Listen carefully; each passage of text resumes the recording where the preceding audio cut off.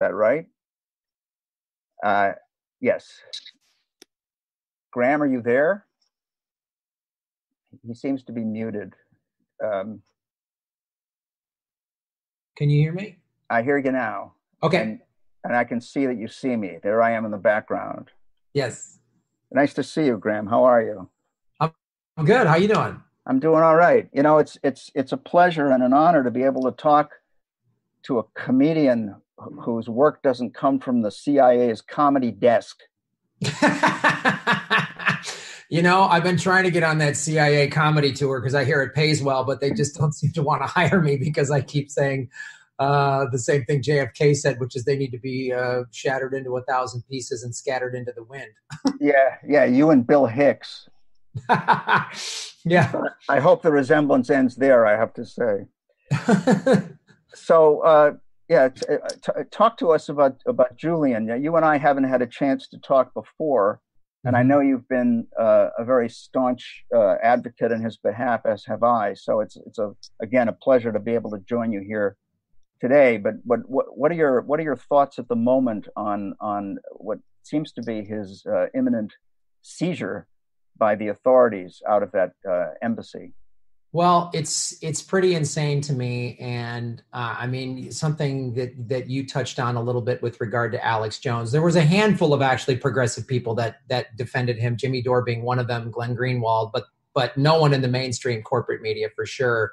And while, you know, I like somebody like Alex Jones, I don't agree with him 99% of the time. The fact that they can come, you know, block him, and then what they've done with Abby Martin of Empire Files, and it's just indicative of what they're doing to Julian Assange is the fact that, and I say this all the time. I say this on these vigils all the time, and I say this to other people who aren't paying as close attention, that if they can do this to any of us. If they can do anyone, if they don't like your speech, man, they can jail you. If you're a threat to the power structure, the you know, the oligarchs and the kleptocracy that we have here in America, to the military industrial complex, then they will find whatever means possible to take you down. And they have two tactics. They either smear you, that's if you don't play ball, or they buy you. So if they buy you, then you get to go on MSNBC or CNN or Fox or whatever, and you get to spew their propaganda, and you cater it to the right side or the left side, depending on what professional wrestling character they're having you play that day. So it's kind of alarming. And the people, you know, you were also talking about they'll use whatever smear tactics they can. Whatever smear tactics are available to them, they will use it. They don't care.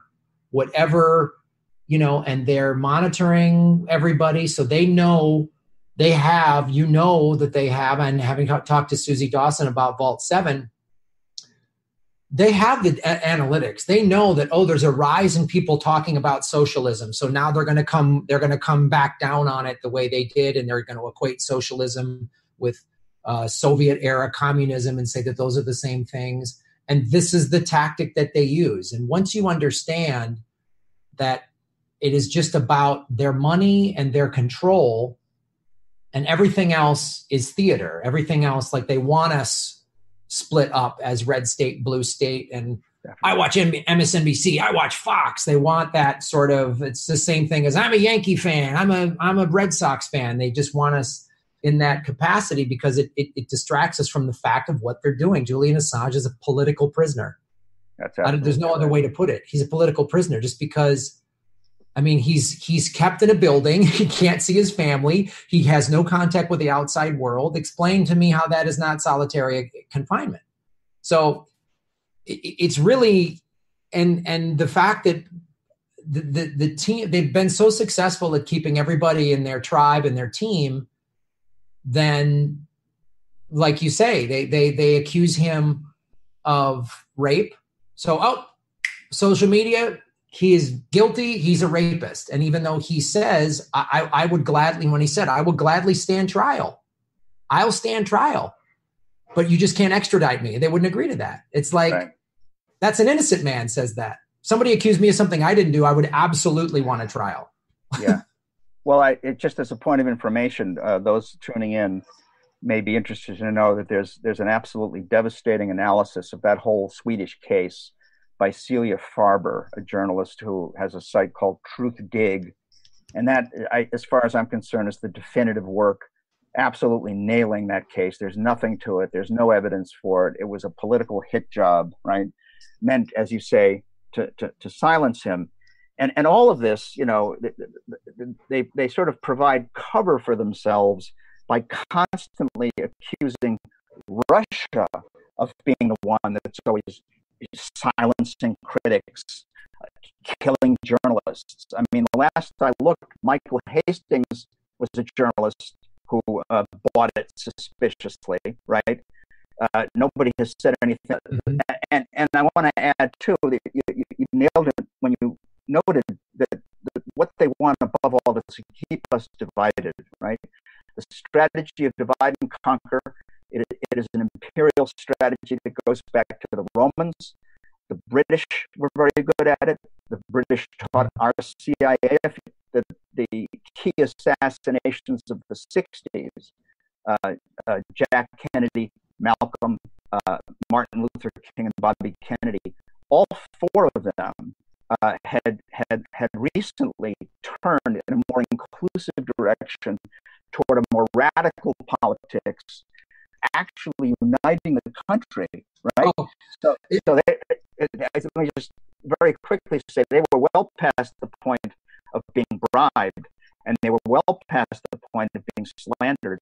I mean, yeah, they were murdered, you bring up right? an excellent point, which is the minute Malcolm X and Dr. King, you know, Malcolm was very critical of Dr. King.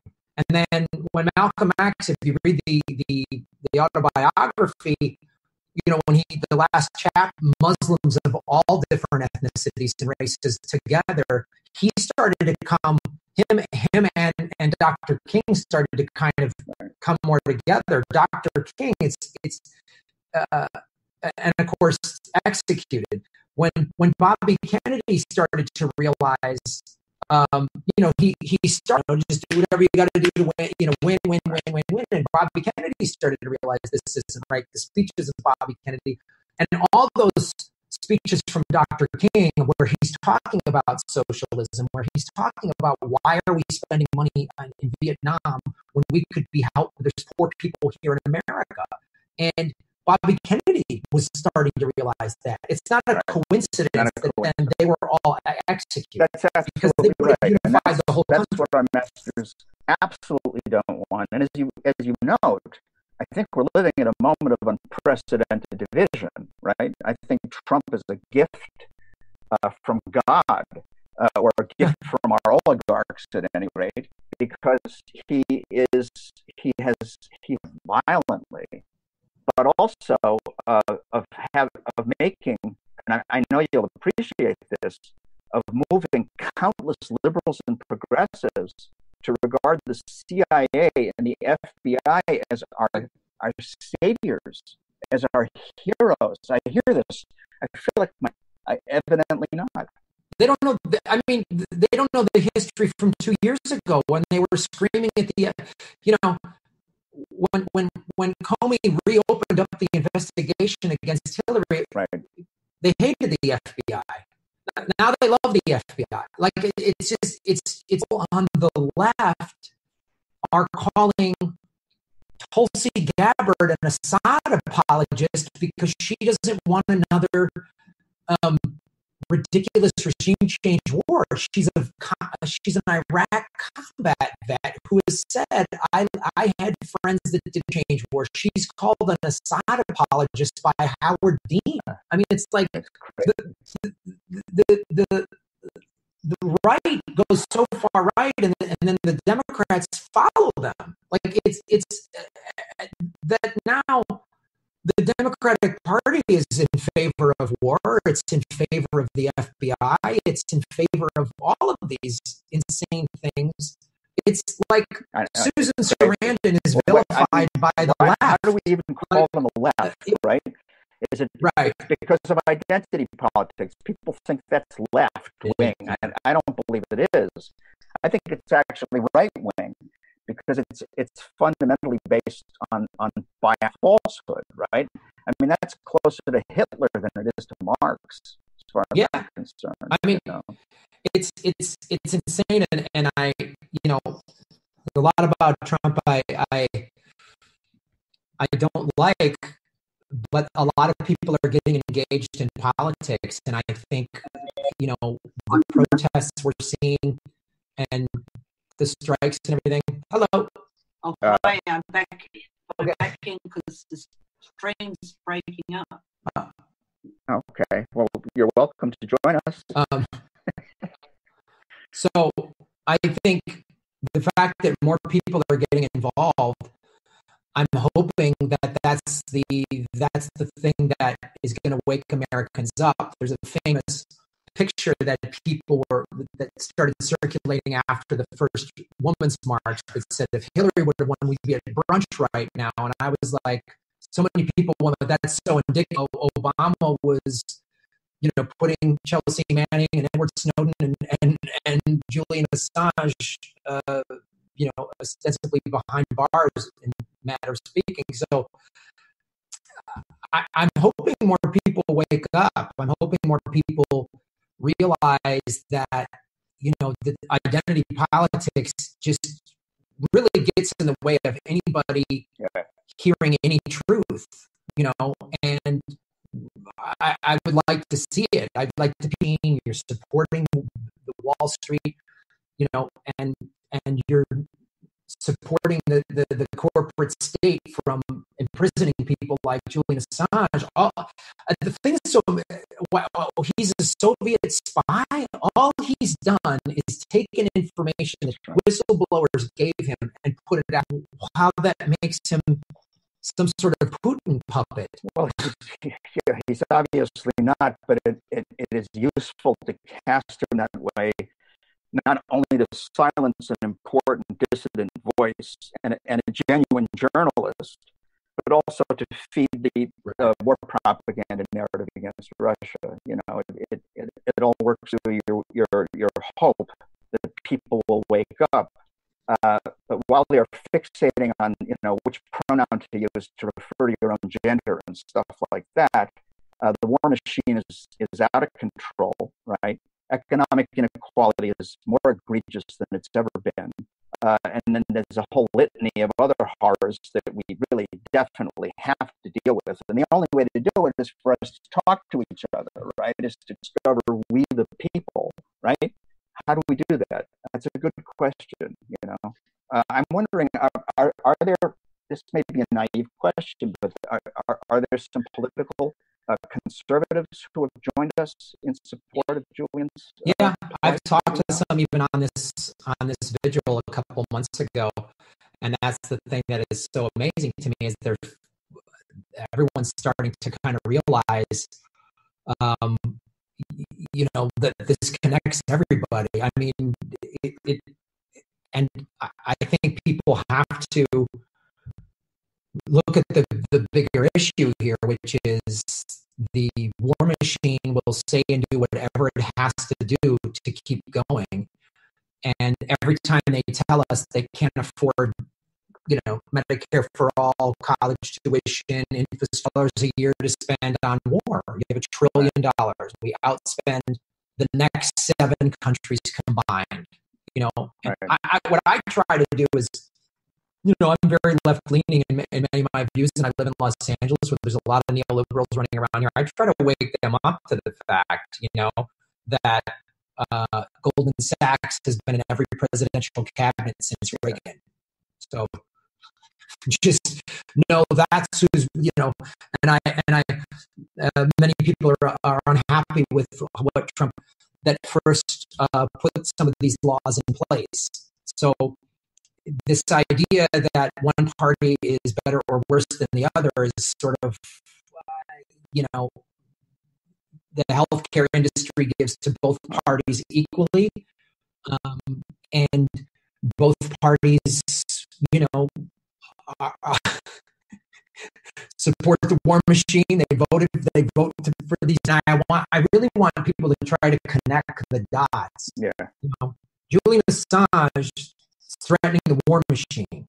You know, Chelsea Manning was threatening the war machine. She was saying, "Why are we in Yemen?" We're finally getting a little glimpse of conversations about Yemen in the mainstream media, and some politicians are finally starting to go, "Hey, wait a minute!" After that bust of 44 Space, we're finally starting to wake up. So I don't know. I try to be positive. But looking where Julian's at, and they're about to get him or starve him to death or whatever their tactic is, their end game. I gotta look for we're obliged to. We have no choice but to do that, you know, because the alternative is despair and passivity. But I do think people have to face the fact that our most fundamental freedoms are if not gone already, at grave risk of disappearance. That includes the right to vote.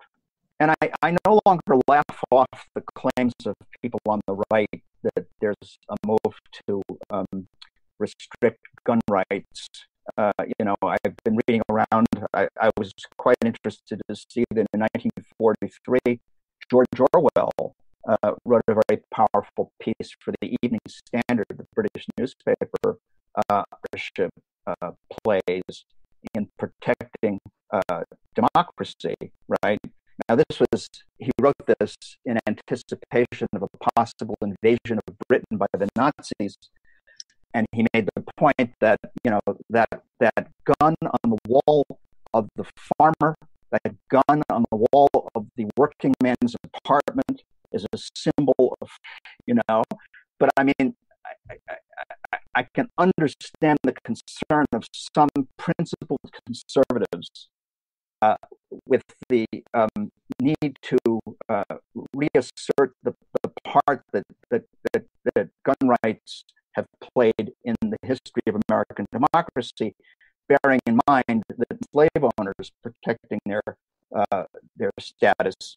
But what I'm saying is that the entire apparatus of rights that were enshrined in the Constitution to make sure that the American Republic could survive, those rights are at serious risk now of being destroyed.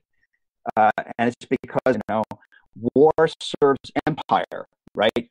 Republics cannot survive in an atmosphere of constant war, which empowers the executive. It saps the treasury. It means the destruction of our rich. Today is basically where Eugene Debs was during World War I, right? When they got him, you know, used the Espionage Act to put him in prison for talking against that war.